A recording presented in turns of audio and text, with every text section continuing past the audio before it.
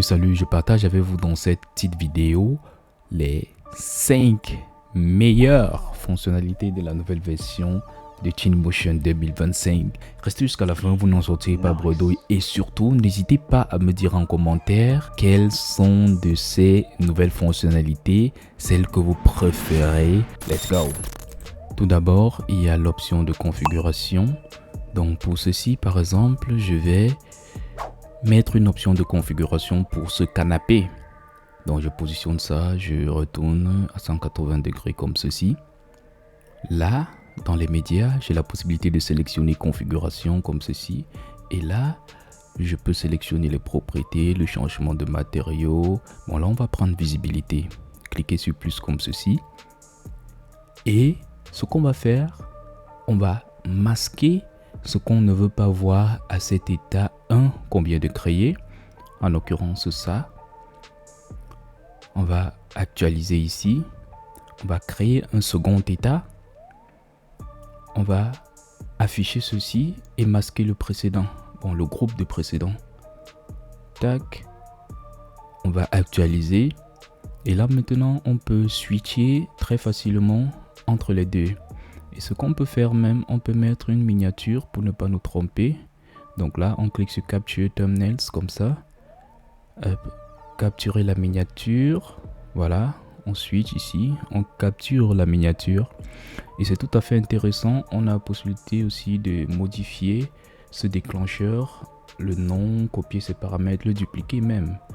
Et on peut rendre ce déclencheur 3D. Donc là, j'ai la possibilité de le bouger aisément. Et je peux même dire que je vais sélectionner un objet comme cette table qui va devenir mon déclencheur. Donc cette option est réellement fabuleuse. Et ici aussi, j'ai la possibilité de mettre en liste. Donc je prévisualise en fait au niveau du déclencheur ce que je vais sélectionner. Je peux changer même son icône comme ça. Et sa couleur. Tout est totalement paramétrable. Voilà, là je joue avec la taille du déclencheur, la liste aussi, et je peux même masquer.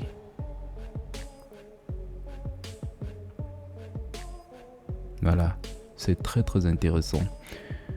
Ce qu'on peut faire aussi, comme on a vu en commençant, c'est de jouer avec les matériaux. Donc c'est pas uniquement pour les objets, donc on va pratiquer. Voilà, je décoche ça, je prends changement de matériaux. Bon, je vais masquer ce groupement là. Ok, donc là je peux sélectionner une autre variante pour ce sol. Donc on va chercher quelque chose de marbré. Je vais ajouter un état. Je vais me diriger au niveau des matériaux dans la librairie. Hop, je vais prendre le deuxième état et mettre ce map. Actualiser d'abord. Sélectionner une miniature. Bon, je me positionne d'abord convenablement. Je sélectionne cette miniature et je fais de même ici sur le premier matériau. Voilà, c'est tout à fait magnifique cette nouvelle fonctionnalité et tous les autres paramètres du déclencheur sont validés. Donc ça peut se faire avec tout. Même voilà, là je prends le cas d'une voiture par exemple, juste pour illustrer son caractère pertinent. Donc là, le principe est le même et j'ai les variantes. L'autre nouvelle fonctionnalité, ça tombe bien, il y a des herbes là, c'est les herbes 3D. Donc là, ici, on voit que l'aspect est tout plat. C'est tout plat, c'est voilà. Or, actuellement, lorsqu'on fait un drag and drop, on peut voir, là, il a le sourire. Là, c'est plus réaliste. Ça, c'est quelque chose qui va réellement améliorer la qualité de nos rendus. On a les types. Donc, c'est quelque chose qui va radicalement augmenter la qualité de nos rendus. On peut même jouer avec la coloration et consorts. L'autre nouveauté, c'est au niveau de l'ambiance. Au niveau de l'ambiance, on a des paramètres qu'on peut préenregistrer. Donc là, par exemple, c'est un environnement que j'ai préenregistré et je peux le réutiliser dans les futurs projets. Ça, c'est quelque chose qui va faire à ce qu'on gagne énormément de temps. Donc là, par exemple, je modifie ça au pif pour faire un autre enregistrement, juste pour vous montrer comment ça marche. Donc lorsque j'ai modifié un environnement comme ceci, par exemple là avec la lune, je clique juste sur le plus comme ceci. Et là, on a ça qu'on peut utiliser dans les prochains projets. Et c'est tout à fait intéressant. Et on peut aussi jouer avec les nuages. Bon, l'autre grosse nouveauté aussi, c'est ceci, c'est les nuages en volume.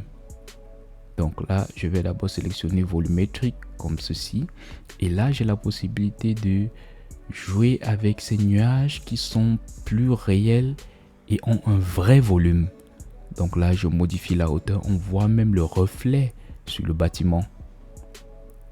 C'est très très intéressant et ça va bien évidemment rendre les scènes plus réalistes.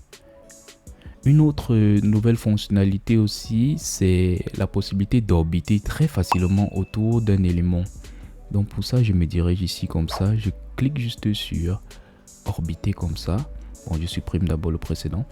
Donc là, j'ai la possibilité d'orbiter pour le cas autour d'un objet. Bon, là, je prends cette voiture par exemple. Je peux sélectionner le rayon. Je me positionne d'abord convenablement. Voilà. Et je peux modifier tous les paramètres comme l'angle et consorts, la position. Et là, on lance un peu pour prévisualiser. Voilà. Donc ça, c'est quelque chose qu'on faisait d'abord, pas difficilement, mais c'était long et rébarbatif. Donc là, je peux même positionner la hauteur. Là, je change le rayon, l'angle de début, l'angle de fin. Voilà, c'est vraiment très très pratique. Nouvellement aussi, on a la possibilité de rendre les coordonnées UV des textures aléatoires. Alors là, on va se diriger ici dans les UV comme ceci. On peut rajouter l'échelle juste pour mieux voir et cette nouvelle case à cocher n'existait pas avant et on peut rendre comme ça. Bon, on va mettre quelque chose de plus conséquent. Bon, je diminue l'échelle. Voilà, on coche cette case pour rendre ça désorganisé, aléatoire et ça va rendre tout plus réaliste. Ok, voilà, nous sommes arrivés au terme de cette courte vidéo. J'espère qu'elle vous a plu. N'hésitez pas à me lâcher un pouce bleu, ça fait toujours plaisir. Et abonnez-vous à la chaîne si cela n'est pas encore fait, en activant bien sûr la cloche de notification pour être notifié à chaque fois que je crée un contenu comme ceci. Et on se dit à la prochaine vidéo. D'ici là, portez-vous bien. Ciao, ciao.